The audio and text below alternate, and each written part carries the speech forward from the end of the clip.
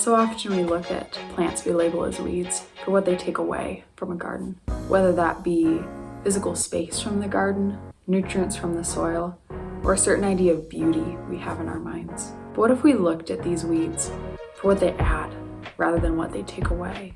Have we even stopped to consider that what we consider weeds might actually add value to the soil, to insects, to animals, to other plants, and to the land?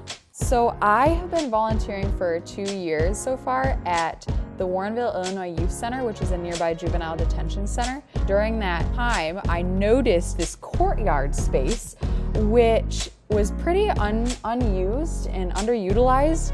And I was just, the wheels were turning about ways to use this space.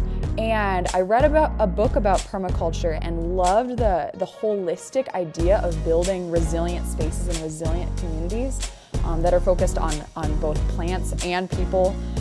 I thought, we could do this here. This could be something that happens here. I decided to reach out to a local permaculture gardening organization called the Resiliency Institute and collaborate with detention center staff and youth to develop plans for a summer gardening program that we named the Seeds for Change Garden Project. We decided on the permaculture gardening model because this model intentionally and creatively seeks to view liabilities as assets. Incarcerated youth are often viewed through the lens of their mistakes rather than their value, i.e. as weeds rather than seeds.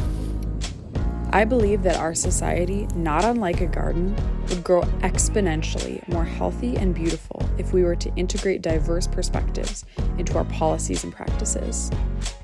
Permaculture is a holistic design system, so we needed to learn about the actual system that's already in place. It's a prison system, so they have things that have to be done in a certain way, and we were going to have to implement our design to work into that existing system.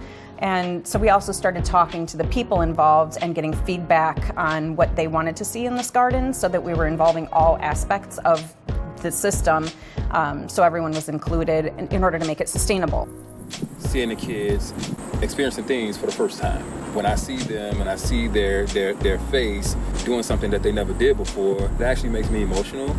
I'm happy, that they actually get an opportunity to do it. A lot of them, they want to change.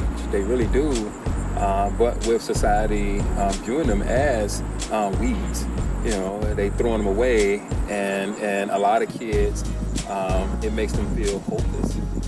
But seeing you all at such young ages and coming in and, being persistent and just having the willingness to work with this type of population, it speaks volumes. My experience with incarcerated youth, these young people are intelligent, funny, and full of incredible ideas for change within this broken system of our society. I just remember seeing her eyes light up with this fervor to say, these youth have the ability to create, they have the ability to produce things, to be agents in their own story. I enjoyed planting things and watching it grow. It was an experience that I will cherish for the rest of my life.